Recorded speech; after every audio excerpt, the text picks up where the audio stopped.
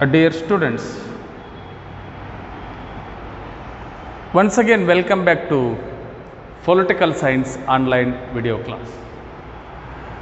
Here, this is a fifth important provision of 1935 Government Act of India.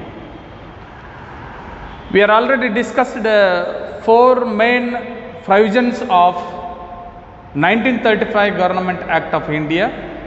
Now in this class, remaining things here we are discuss. A fifth one, federal judiciary or a court. See, the ambition of 1935 Government of India Act is established federal court in the country. According to Act in 1937 at Delhi, we established a federal judiciary or a court. It consists one chief justice and 6 additional justices itself. The qualification of justice and additional justice are based on higher legal qualifications. See, a Maurice Geyer, who was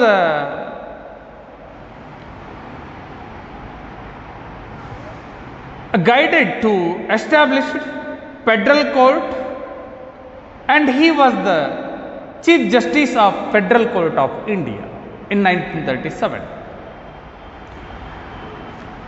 Powers and functions of federal judiciary we divide into 3 categories. First one, original jurisdiction.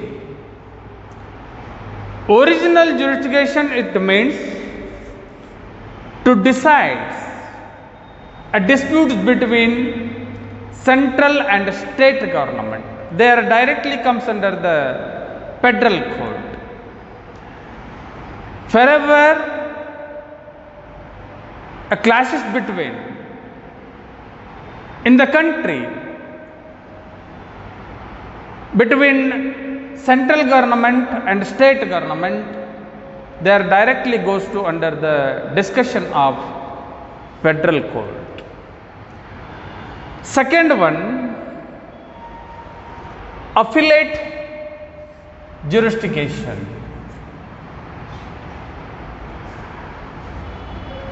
These are all affiliate cases when a person not satisfied a lower court in the country, then he moved to higher court. We call it as appeal for his justice. See, over the decision of the high courts, you may move to the higher court, that is appellate jurisdiction. Third one, advisory jurisdiction. To advise to the governor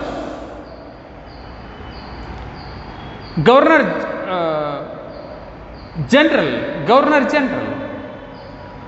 on any point of the law in the land. See,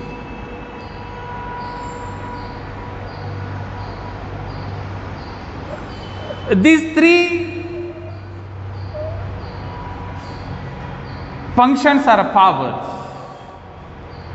handled by the federal court when the time. The federal court which functioned in India about 12 years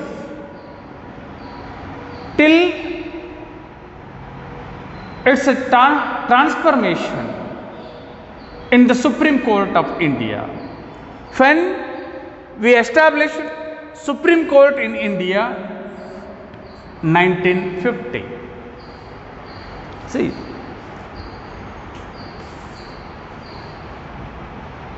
the court which was established in 1937 at Delhi, it consists one Chief Justice and 6 additional justices, guided by Maurice Goyer.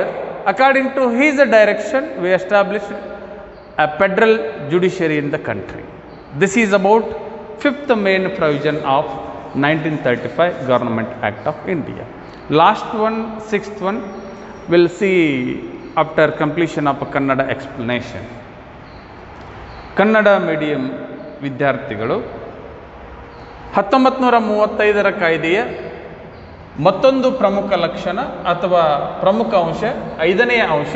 ನಿನ್ನೆ ಆಗಲೇ ನಾವು ಕಳೆದ ಅವಧಿಯಲ್ಲಿ 4 ಪ್ರಮುಖ ವಿಚಾರಗಳನ್ನು ಚರ್ಚೆ ಮಾಡಿದ್ದುಂಟು. ಇದು 5ನೆಯ ಪ್ರಮುಖ ಅಂಶ, ಸಂಯುಕ್ತ ನ್ಯಾಯಾಲಯ.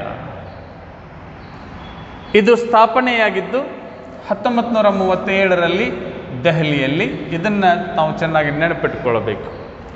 ಇದರ ರೂವಾರಿ ಮಾರಿಸ್ ಗಾಯರ್ ಇದನ್ನು ಸ್ಥಾಪನೆ ಮಾಡಲಿಕ್ಕೆ ಅವರು ಸಲಹೆಯನ್ನು ಕೊಟ್ಟಿರುವಂಥದ್ದು. ಈ ಸಂಯುಕ್ತ ನ್ಯಾಯಾಲಯ ಒಬ್ಬ ಮುಖ್ಯ ನ್ಯಾಯಾಧೀಶನ ಒಳಗೊಂಡು ಇತರೆ 6 ಜನ ನ್ಯಾಯಾಧೀಶರನ್ನು ಒಳಗೊಂಡಿತ್ತು. ಸಂಯುಕ್ತ ನ್ಯಾಯಾಲಯದ ಮೊದಲ ಮುಖ್ಯ ನ್ಯಾಯಾಧೀಶರು ಮಾರಿಸ್ ಗಾಯರ್, ಇದು ಗೊತ್ತಿರಬೇಕು. ಭಾರತದಲ್ಲಿ 1937ಕ್ಕೆ ಸಂಯುಕ್ತ ನ್ಯಾಯಾಲಯವನ್ನು ಸ್ಥಾಪನೆ ಮಾಡಲಾಯಿತು. ಇಲ್ಲಿಯ ನ್ಯಾಯಾಧೀಶರನ್ನು ಆಯ್ಕೆ ಮಾಡುವ ವಿಧಾನ ಅವರ ಅತ್ಯುನ್ನತ ಕಾನೂನಿನ ಪಾಂಡಿತ್ಯದ ಆಧಾರದ ಮೇಲೆ ನ್ಯಾಯಾಧೀಶರನ್ನು ಆಯ್ಕೆ ಮಾಡಲಾಗ್ತಿತ್ತು. ಈ ಸಂಯುಕ್ತ ನ್ಯಾಯಾಲಯ 3 ತೆರನಾದಂತಹ ಅಧಿಕಾರವನ್ನು ಬಳಕೆ ಮಾಡಿಕೊಳ್ತಿತ್ತು. 1 ಮೂಲ ನ್ಯಾಯಾಧಿಕರಣ, 2 ಅನ್ವಯಿಕ ನ್ಯಾಯಾಧಿಕರಣ, 3 ಸಲಹಾತ್ಮಕ ನ್ಯಾಯಾಧಿಕರಣ. ಈ ಮೂಲ ನ್ಯಾಯಾಧಿಕರಣದಲ್ಲಿ ಹೇಗೆ ಫೆಡರಲ್ ನ್ಯಾಯಾಲಯ ಕಾರ್ಯವನ್ನು ಮಾಡ್ತಾ ಇತ್ತು, ಯಾವ ಮೊಕದ್ದಮೆಗಳು ಇಲ್ಲಿ ನೇರವಾಗಿ ಬರ್ತಾ ಇದ್ವು ಅಂತಂದರೆ ಕೇಂದ್ರ ಮತ್ತು ರಾಜ್ಯ ಸರ್ಕಾರಗಳ ನಡುವಿನ ವ್ಯಾಜ್ಯ, ಇವು ನೇರವಾಗಿ ಮೂಲ ನ್ಯಾಯಾಧಿಕರಣದ ವ್ಯಾಪ್ತಿಗೆ ಸಂಬಂಧಪಡ್ತಿತ್ತು. ಈ ವ್ಯಾಜ್ಯಗಳನ್ನು ಸಂಯುಕ್ತ ನ್ಯಾಯಾಲಯ ಬಗೆಹರಿಸ್ತಿತ್ತು. ಅನ್ವಯಿಕ ನ್ಯಾಯಾಧಿಕರಣ ಅಂತಂದರೆ ಕೆಳಹಂತದ ನ್ಯಾಯಾಲಯಗಳು ಕೊಟ್ಟಂತಹ ತೀರ್ಪು ಕಕ್ಷಿದಾರರಿಗೆ ಸರಿ ಎನ್ನಿಸದೇ ಇದ್ದಾಗ ಆ ತೀರ್ಪಿನ ವಿರುದ್ಧ ಮೇಲ್ಮನವಿಯನ್ನು ಸಲ್ಲಿಸಲಾಗ್ತಿತ್ತು. ಇದಕ್ಕೆ ಅನ್ವಯಿಕ ಅಂತ ಹೇಳಿ ಕರೀತಾರೆ.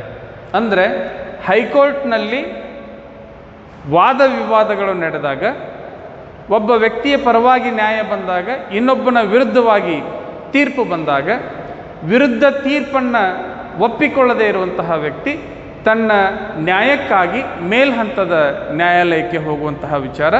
ಅಂದರೆ ರಾಜ್ಯದ ಹೈಕೋರ್ಟ್ಗಳಲ್ಲಿ ಅಥವಾ ರಾಜ್ಯ ಉಚ್ಚ ನ್ಯಾಯಾಲಯಗಳಲ್ಲಿ ತೀರ್ಪನ್ನು ಒಪ್ಪಿಕೊಳ್ಳದಂತಹ ಕಕ್ಷಿದಾರರು ಅದರ ವಿರುದ್ಧ ಮನವಿಯನ್ನು ಸಲ್ಲಿಸ್ತಾರೆ.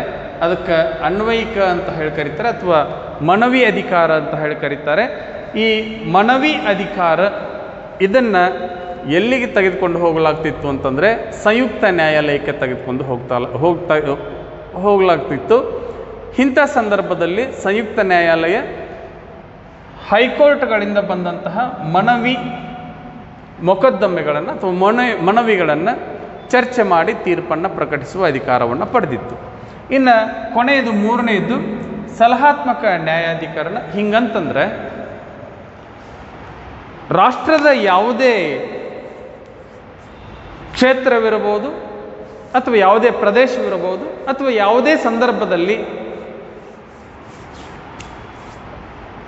ರಾಷ್ಟ್ರವನ್ನು ಆಳ್ವಿಕೆ ಮಾಡ್ತಿದ್ದಂತಹ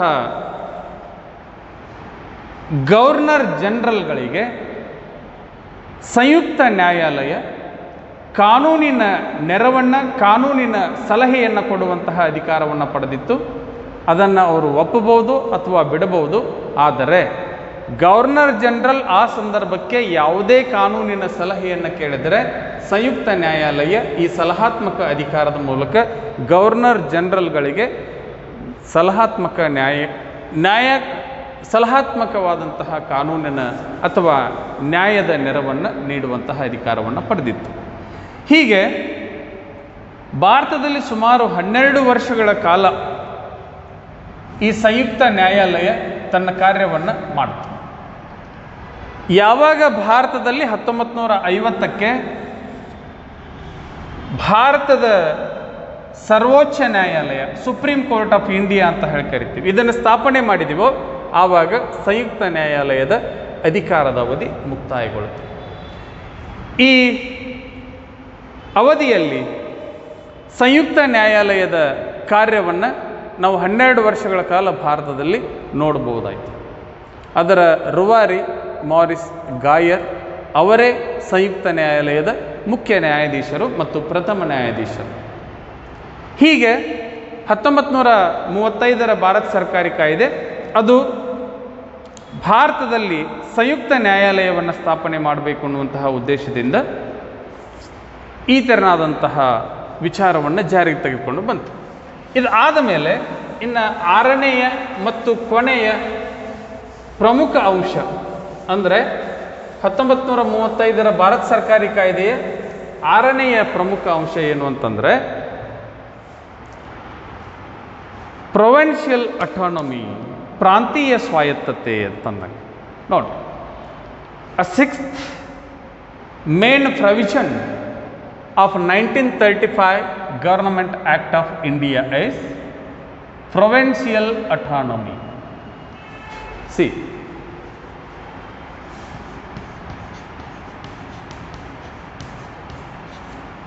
provincial autonomy.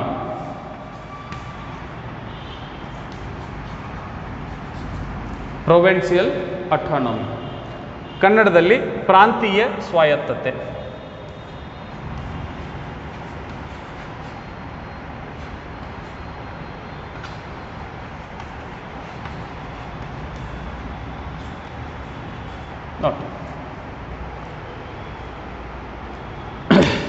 See, a provincial autonomy is a sign of independent status to the provinces. By the act, the provinces no longer retained as delegates of central government but become autonomous units of the administration of the country. See, according to 1935 Act, the act which made 11 important provincial or provinces, they become autonomous. They are, just I read you people, keep in your mind, 11 provinces: Madras, Bombay, Bengal, the United Provinces, Punjab, Bihar, Central Provinces, Assam, the Northwestern Frontier Provinces, Orissa and Sindh. These 11 provinces are autonomous provinces. See, these all provinces are administered by the ministers, and the distances between reserved and transferable subject matters were drafted. See, all subjects were placed in the hands of ministers in this autonomous provinces only. See, the intention of act, which is clear, to make some provinces autonomous and made separate from the central administration, and give to the power to the ministers, to the administration of the provinces. They made clear. See, the act which was prepared by Britain government, which is not according to Indian ambitions or dreams or intention. Why? Because Indian National Congress leaders and leaders of Indian freedom fight, they demanding over independent status to the India, not any provinces, but the act which was made within a territory, they made smaller units of the territory as independent or autonomous bodies. But finally,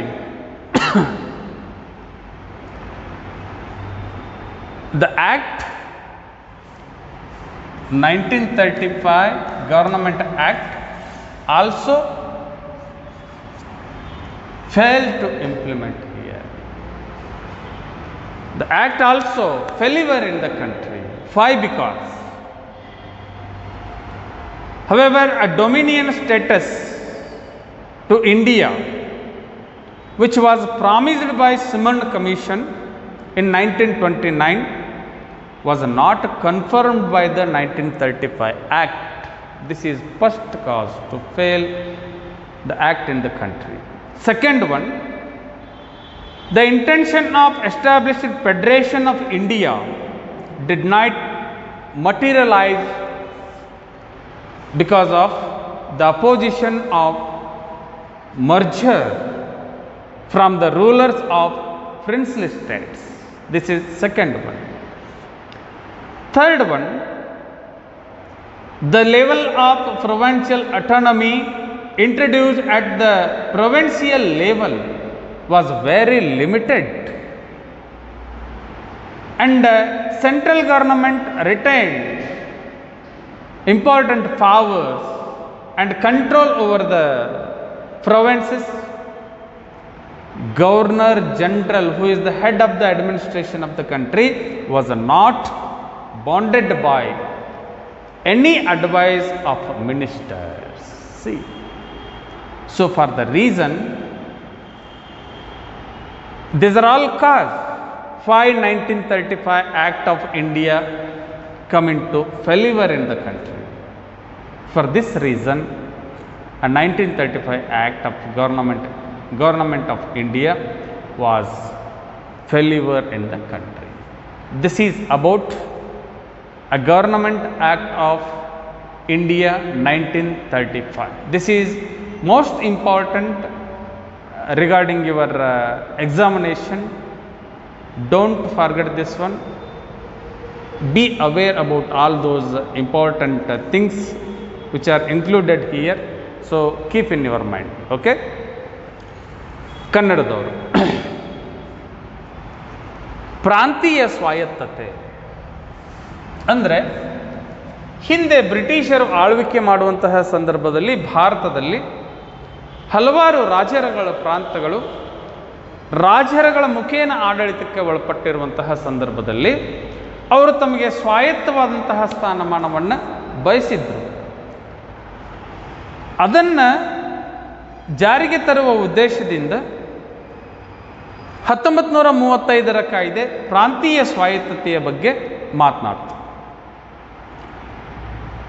ಇವು ಕೇಂದ್ರ ಸರ್ಕಾರ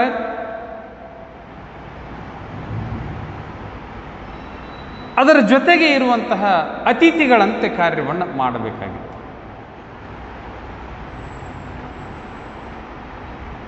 ಇವು ಸ್ವಾಯತ್ತ ಆಡಳಿತಾತ್ಮಕ ಸಂಘಟನೆಯಂತೆ ಕೇಂದ್ರದ ಜೊತೆಗೆ ವ್ಯವಹಾರವನ್ನು ಮಾಡಬೇಕಾಗಿತ್ತು.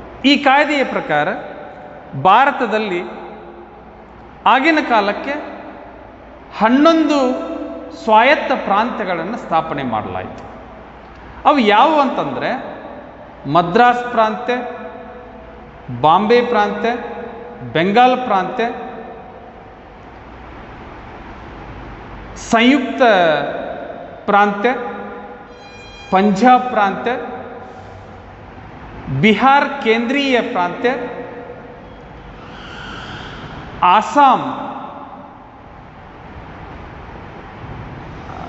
ಪ್ರಾಂತ್ಯ,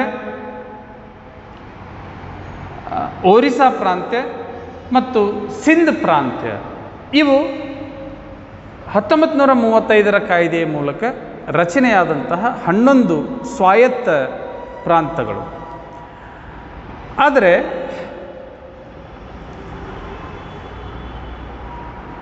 ಈ ಪ್ರಾಂತಗಳನ್ನು ಆಳ್ವಿಕೆ ಮಾಡಲಿಕ್ಕೆ ಮಂತ್ರಿಗಳನ್ನು ನೇಮಕ ಮಾಡಲಾಗಿತ್ತು ಮತ್ತು ಹಿಂದೆ ಅಧಿಕಾರ ಹಂಚಿಕೆಯಾದಂತಹ ಸಂದರ್ಭದಲ್ಲಿ ಕಾಯ್ದಿರಿಸಿದ ಮತ್ತು ವರ್ಗಾಯಿಸಲ್ಪಡುವಂತಹ ವಿಷಯಗಳ ಮೇಲೆ ನಾವು ಆಡಳಿತವನ್ನು ನಡೆಸಬೇಕಾಗಿತ್ತು. ಆದರೆ ಈ 11 ಪ್ರಾಂತ್ಯಗಳಿಗೆ ಕಾಯ್ದಿರಿಸಿದ ಅಥವಾ ಶಾಶ್ವತವಾದಂತಹ ಮತ್ತು ವರ್ಗಾಯಿಸಲ್ಪಡುವಂತಹ ವಿಷಯಗಳನ್ನು ತೆಗೆದುಹಾಕಲಾಯಿತು, ಅಂದರೆ ಕೈ ಬಿಡಲಾಯಿತು. ಮಂತ್ರಿಗಳೇ ಇದರ ಆಳ್ವಿಕೆಯನ್ನು ನೇರವಾಗಿ ನೋಡಿಕೊಳ್ಳಿಕ್ಕೆ ಪ್ರಾರಂಭ ಮಾಡಿದರು. ಹೀಗೆ ಸ್ವಾಯತ್ತ ಪ್ರಾಂತಗಳನ್ನು ಸ್ಥಾಪನೆ ಮಾಡುವ ಅವಕಾಶವನ್ನು 1935ರ ಕಾಯ್ದೆ ಭಾರತೀಯರಿಗೇನೋ ಕೊಡ್ತು.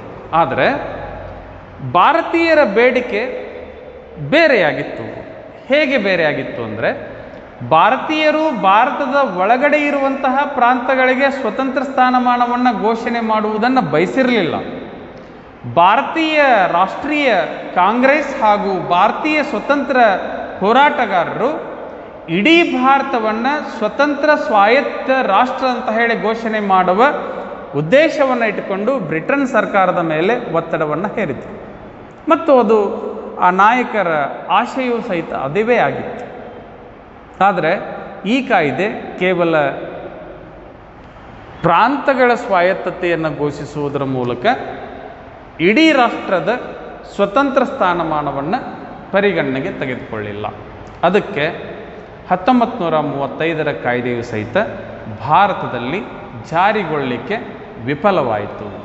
ಅದಕ್ಕೆ ಕಾರಣಗಳು ಏನಾದವು ಅಂತಂದ್ರೆ, ಅದು ಯಾಕೆ ವಿಫಲಗೊಳ್ತು ಅಂತಂದರೆ, ಒಂದನೆಯ ಕಾರಣ, ಈಗಾಗಲೇ 1929ರಲ್ಲಿ ಸೈಮನ್ ಕಮಿಷನ್ ಅಥವಾ ಸೈಮನ್ ಆಯೋಗ ಭಾರತಕ್ಕೆ ಏನು ಭರವಸೆಯನ್ನು ಕೊಟ್ಟಿತ್ತು ಅಂತಂದರೆ, ಡೊಮಿನಿಯನ್ ಸ್ಟೇಟಸ್ ಅಂದರೆ ಸ್ವಾಯತ್ತ ಸ್ಥಾನಮಾನ, ಸ್ವತಂತ್ರ ಸ್ಥಾನಮಾನವನ್ನು ಕೊಡಬೇಕು ಅಂತ ಹೇಳಿ ಸೂಚನೆಯನ್ನು ಸಲಹೆಯನ್ನು ಕೊಟ್ಟಿತ್ತು.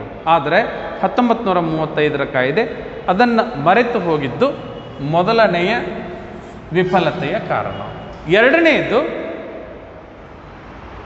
ಭಾರತದಲ್ಲಿ ಸಂಯುಕ್ತ ವ್ಯವಸ್ಥೆಯನ್ನು ಜಾರಿಗೊಳಿಸಬೇಕು ಅನ್ನುವಂತಹ 1919ರ ಕಾಯ್ದೆಯ ಉದ್ದೇಶ ಮತ್ತು ಈ ಕಾಯ್ದೆಯ ಮೂಲಕನೂ ಸಹಿತ ಈಡೇರಲಿಲ್ಲ. ಅದಕ್ಕೆ ಭಾರತದಲ್ಲಿ ಸಂಯುಕ್ತ ವ್ಯವಸ್ಥೆ ಜಾರಿ ಆಗಲಿಲ್ಲ. ಯಾಕಾಗಲಿಲ್ಲ ಅಂತ ಕೇಳಿದರೆ, ಭಾರತದಲ್ಲಿ ಆಳ್ವಿಕೆಯನ್ನು ಮಾಡ್ತಿದ್ದಂತಹ ರಾಜರುಗಳ ಪ್ರಾಂತವನ್ನು ಭಾರತದ ಸಂಯುಕ್ತ ವ್ಯವಸ್ಥೆಯಲ್ಲಿ ಒಗ್ಗೂಡಿಸಲಿಕ್ಕೆ ಅಥವಾ ಸೇರ್ಪಡೆ ಮಾಡಲಿಕ್ಕೆ ರಾಜರುಗಳು ಒಪ್ಪಲಿಲ್ಲ. ಆ ಕಾರಣದಿಂದ ಸಂಯುಕ್ತ ವ್ಯವಸ್ಥೆ ಜಾರಿಗೆ ಬರಲಿಲ್ಲ. ಎರಡು ಕಾರಣ. ಮೂರನೇ ಕಾರಣ ಏನು ಅಂತಂದರೆ,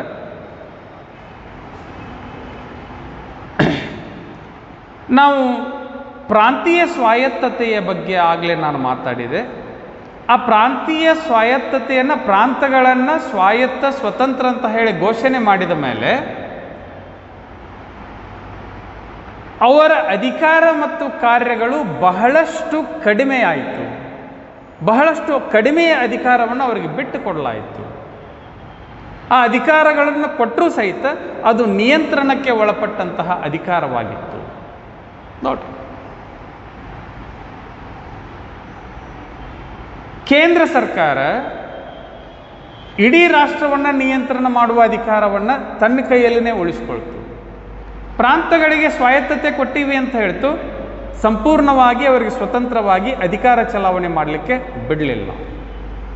ಜೊತೆಗೆ ಮುಖ್ಯವಾದಂತಹ ವಿಷಯ ಏನಾಗಿತ್ತು ಅಂತಂದರೆ, ಪ್ರಾಂತಗಳ ಆಡಳಿತ ವ್ಯವಸ್ಥೆಯನ್ನು ನೋಡಿಕೊಳ್ಳಲಿಕ್ಕೆ ಮಂತ್ರಿಗಳನ್ನು ನೇಮಕ ಮಾಡಿದ್ರು. ಮಂತ್ರಿಗಳು ಗವರ್ನರ್ ಜನರಲ್ನಿಗೆ ಜವಾಬ್ದಾರರಾಗಿದ್ದರೆ ವಿನಃ ಗವರ್ನರ್ ಜನರಲ್ ಯಾವುದೇ ಕಾಯ್ದೆಗೆ, ಯಾವುದೇ ಆಡಳಿತ ವಿಷಯಕ್ಕೆ ಜವಾಬ್ದಾರನಾಗಿರಲಿಲ್ಲ. ಇದು ಮುಖ್ಯವಾದಂತಹ ವಿಫಲತೆಯ ಕಾರಣ. ಕೇವಲ ಗವರ್ನರ್ ಜನರಲ್ ಅಧಿಕಾರವನ್ನು ಚಲಾವಣೆ ಮಾಡ್ತಿದ್ದ, ಆದರೆ ಅದರಲ್ಲಿ ಅವ ವಿಫಲ ಆದರೆ ಗವರ್ನರ್ ಜನರಲ್ನಿಗೂ ಅಧಿಕಾರದ ವಿಫಲತೆಗೂ ಯಾವುದೇ ಸಂಬಂಧಗಳು ಇರಲಿಲ್ಲ. ಹೀಗಾಗಿ ಈ ಕಾಯ್ದೆ ಭಾರತದಲ್ಲಿ ವಿಫಲವಾಯಿತು. ಇದರ ಜೊತೆಗೆ 1935ರ ಕಾಯ್ದೆಯ ಮೂಲಕ ಭಾರತೀಯರು ಬಹಳಷ್ಟು ಅವಕಾಶವನ್ನು ಪಡೆಯುವಂತಹ ನಂಬಿಕೆಯನ್ನು ಇಟ್ಟುಕೊಂಡಿದ್ರು. ಆದರೆ ಈ ಕಾಯ್ದೆ ಭಾರತೀಯರ ನಂಬಿಕೆಯನ್ನು ಉಳಿಸಿಕೊಳ್ಳಲಿಕ್ಕೆ ಸಾಧ್ಯವಾಗದೇ ಇದ್ದಿದ್ದರ ಪರಿಣಾಮದಿಂದ ಇದು ಭಾರತದಲ್ಲಿ ಜಾರಿಯಾಗಲಿಕ್ಕೆ ಸಾಧ್ಯವಾಗಲಿಲ್ಲ. 5 ಮತ್ತು 6ನೆಯ 1935ರ ಕಾಯ್ದೆಯ ಪ್ರಮುಖ ಅಂಶಗಳು, ಅದರ ಜೊತೆಗೆ ಆ ಕಾಯ್ದೆ ಯಾಕೆ ಭಾರತದಲ್ಲಿ ಜಾರಿಯಾಗಲಿಕ್ಕೆ ವಿಫಲವಾಯಿತು ಅನ್ನುವುದರ ಬಗ್ಗೆ ವಿವರಣೆ. ನಿಮ್ಮ ಪರೀಕ್ಷೆಯ ದೃಷ್ಟಿಕೋನದಿಂದ ಈ 1935ರ ಕಾಯ್ದೆ ಬಹಳಷ್ಟು ಪ್ರಾಮುಖ್ಯತೆಯನ್ನು ಪಡೆದುಕೊಳ್ಳುತ್ತೆ. ಅದಕ್ಕೆ ತಾವು ಇದನ್ನು ಸರಿಯಾಗಿ ಜ್ಞಾಪಕದಲ್ಲಿಟ್ಕೊಂಡು ಮುಖ್ಯ ಅಂಶಗಳನ್ನು, ಮುಖ್ಯ ಸಂಗತಿಗಳನ್ನು ಸರಿಯಾಗಿ ನೆನಪಿಟ್ಕೊಂಡು ಪರೀಕ್ಷೆಗೆ ತಯಾರಿಯಾಗಬೇಕು. ಏನಾದರೂ ಗೊತ್ತಾಗಿಲ್ಲ ಅಂದರೆ, ಸಮಸ್ಯೆ ಇದ್ದರೆ ಮತ್ತೆ ನನ್ನ ಜೊತೆಗೆ ನೇರವಾಗಿ ಚರ್ಚೆಯನ್ನು ಮಾಡಬಹುದು. ಇಷ್ಟು 1935ರ ಕಾಯ್ದೆಯ ಬಗ್ಗೆ ವಿವರಣೆ. ಇನ್ನು ಮುಂದಿನ ಕಾಯ್ದೆಯೊಂದಿಗೆ ಮುಂದಿನ ತರಗತಿಯಲ್ಲಿ ತಮ್ಮನ್ನು ಭೇಟಿಯಾಗ್ತೀನಂತ ಹೇಳ್ತಾ ಈ ತರಗತಿಗೆ ಇಲ್ಲಿಗೆ ವಿರಾಮವನ್ನು ಕೋರ್ತಾ ತಮಗೆಲ್ಲರಿಗೂ ನಮಸ್ಕಾರಗಳು.